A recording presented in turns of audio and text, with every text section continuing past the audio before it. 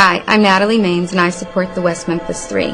Blind justice is the theory that law should be viewed objectively. Determination of innocence or guilt should be made without bias or prejudice. Equal justice under law is the foundation of the U.S. Supreme Court. This is not always indicative of fairness. Almost 15 years ago, Damien Echols, Jason Baldwin, and Jessie Misskelley were wrongly convicted of the murders of 3 young children in West Memphis, Arkansas. Learn about the new evidence that exonerates them.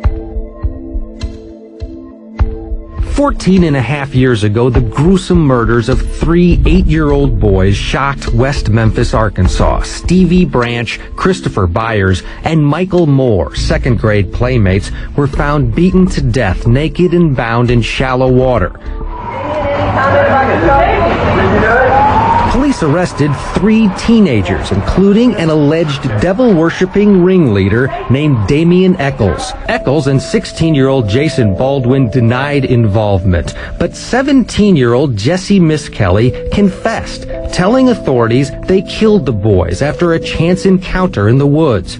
Misskelley, who defense attorneys claim has a low IQ, now says the confessions were coerced. Despite a lack of significant physical evidence linking the teens to the crime, all 3 were found guilty. Echols was sentenced to death. The first verdict reads as follows. We, the jury, find Damien Echols guilty of capital murder in the death of Stevie Branch. We, the jury, find Damien Echols guilty of capital murder in the death of Chris Byers. From the Varner unit at Supermax State Prison Facility in Grady, Arkansas, we're joined by Damien Echols, who is on death row. He recently had a birthday, by the way. He's 33 years old. How long have you been on death row? About 14 years. All in all, I've been locked up almost 15 years. Now, there's so-called, let's get into it, new evidence in your case. It's encouraged a lot of your defenders, and there are many, to feel optimistic. Give us the story. What's new? There are several things, but I think the main one is probably the DNA testing. They said it revealed no evidence of me or the other 2 guys who were convicted of this crime at the crime scene. There was also evidence that said that what the prosecution had alleged were knife wounds, things of that nature, were actually more along the lines of post-mortem injuries inflicted by snapping turtles and other things that would have been in the woods. We are here today to discuss the evidence that establishes that no reasonable juror would convict Damien Echols, essentially knowing what we know today. But let me begin in 1993 with the arrest of Damien Echols. In a statement given to police and obtained by a Memphis newspaper, 17-year-old Jessie Misskelley allegedly confesses to watching 2 other suspects choke, rape, and sexually mutilate 3 West Memphis 2nd graders. Jenna Newton reports. According to the published report, Misskelley told police he watched 18-year-old Damien Echols and 16-year-old Jason Baldwin brutalize the children with a club and a knife. At a press conference, Inspector Gary GITCHELL said the case against the accused teens is very strong. Scale of 1 to 10, how solid do you think the case is? 11. The only problem is that the statement of Gary GITCHELL that convinced the citizens of this state that it was true was absolutely false.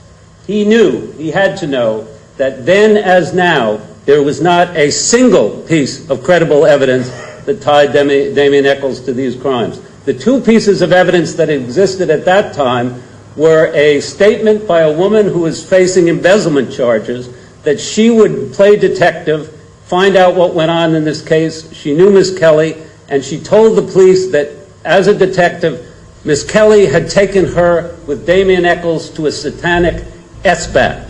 Her name was Vicki Hutchison. What do we know today about Vicki Hutchison? Every word was a lie. A complete fabrication, a product of police pressure to get the results in the deaths of 3 children. That's one piece of evidence. The second piece of evidence, of course, was the statement taken from Jessie Misskelley. And the police picked him up, and who knows what they did to him for, 12 or 14 hours before they finally say that he confessed. The problem was, once he did confess, pretty much not a single detail of what he said was right. Misskelley was borderline retarded. He was told when he said he wasn't involved in satanic activity that he had failed a polygraph on that question. He didn't fail a polygraph. He said that he marched the boys off, he took them off their bikes while they were on their way to school at 9 o'clock in the morning. At 9 o'clock in the morning, those boys were in school, as they were all of that day. Detective Ridge says, all right, when did you go with them? Mr. Misskelley says, that morning. Detective Ridge asks, I'm not saying when they called you, I'm saying what time was it that you were actually there in the park? Mr. Misskelley says, about noon.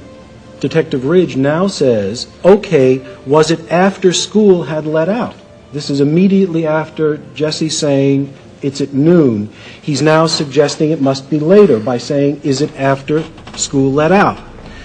Jessie says yes. And Misskelley said they were tied with brown rope. No one could not know they were tied with their own shoelaces from their sneakers. He said one victim was choked to death. Absolutely false. None of the victims were choked. The boys, he said, were beaten with their clothes on, badly beaten with their clothes on. All of their clothes were recovered. There was no blood on them. They take this statement to a judge. He refuses to give a warrant. He says, you've given me a statement that doesn't describe these crimes. They occurred in the evening, not in the morning. They go back to Misskelley in the interrogation and tell him that he had said that it was 8 o'clock at night, which he never had. They supplied the time. So when Gary GITCHELL says 11 out of 10, he's talking about 0 on a scale of 10. Good morning. I'm going to take a minute or two here just to review some of the DNA evidence that has recently surfaced in the case. Relevant items from the crime scene were tested at the laboratory chosen by the prosecution, and that's Bodie Laboratories in Virginia. In late 2005, Bodie issued its first report showing DNA profiles of genetic material found on the victims and on other pieces of evidence from the crime scene. The lab was later given DNA samples both from the victims and the defendants. It analyzed those.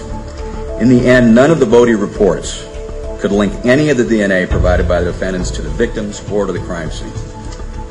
One report showed a piece of genetic material in the penis of Stephen Branch that could not be linked to any victim or to any defendant. In the meantime, our investigators were obtaining DNA samples in the form of hair, cigarette butts, oral swabs from people who had some connection to the events.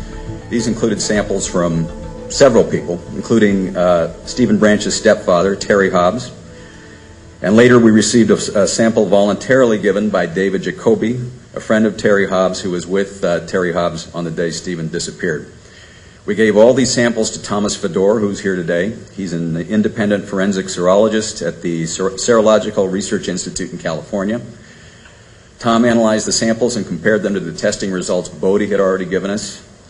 The result of that analysis in May 2007 showed that a hair from a ligature used to tie up Michael Moore could be associated with Terry Hobbs. We provided that result to the prosecution right after learning of it. A much more recent analysis by Mr. Fedor showed that a hair found on a tree root or a tree stump at the crime scene could be associated with the DNA samples provided by David Jacoby.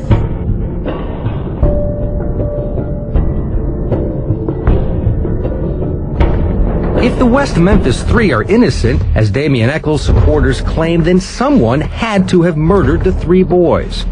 Terry Hobbs, I don't have any problem with saying his name. In my opinion, yes, I believe he is the perpetrator of this crime. A recent DNA test found hair fibers on one of the victims' shoelaces matched Terry Hobbs. He was Steve Branch's stepfather, but the DNA wasn't found on Stevie's shoelace. Hobbs claims it was a casual transfer to one of Stevie's friends who spent time at their house. We asked Terry Hobbs to comment. He declined. In addition to the DNA, there have been other defense discoveries that bear on the question of actual innocence. As some of you know, a critical prosecution theory at the 1994 trials, and Mr. Reardon mentioned this, was that the defendants used a survival knife to inflict most of the injuries on these victims. This knife is found in the lake, hidden behind Jason Baldwin's house. There are marks on Christopher Byers where you've got like a dash where it's a cut, an open space, a cut, and an open space. And if you take this knife and do that, you can see it leaves a cut and an open space, cut and an open space. Now, if you take this knife, Defense Exhibit 6, and even with the slightest pressure, it makes a straight line. In late 2005, the defense hired a pediatric pathologist to review the autopsy reports, the photographs, and other evidence to get her opinion about the cause of the injuries. Her name is Janice Opoven. A few months later, we learned Dr. Opoven's preliminary conclusion, and that was that animals had actually caused most of these wounds and that they had happened after the time that the victims died. And of course, if that were true, it was a very dramatic development because it would expose key elements of the prosecution's case as utter nonsense. So we then consulted with 4 other renowned experts. They included forensic pathologists, Dr. Werner Spitz. When a dog or other carnivorous animal attacks a body after death or before death sometimes, they scrape the body. They move their claws on the body and try to bring the body closer to them. They do this several times.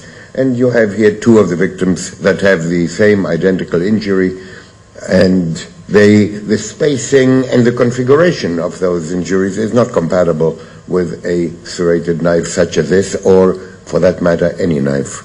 In addition, forensic odontologist Richard Suberon from Miami-Dade, the medical examiner's office. There are no stab wounds. If somebody's going to use a knife, what do you do with a knife? You run around and scrape with it like this? I mean, come on. You stab with a knife. There are no stab wounds on these. Any one of the 3 have no stab wounds. So this knife didn't cause any injuries. No knife caused any injuries. And the injuries to the body were post-mortem done by animals.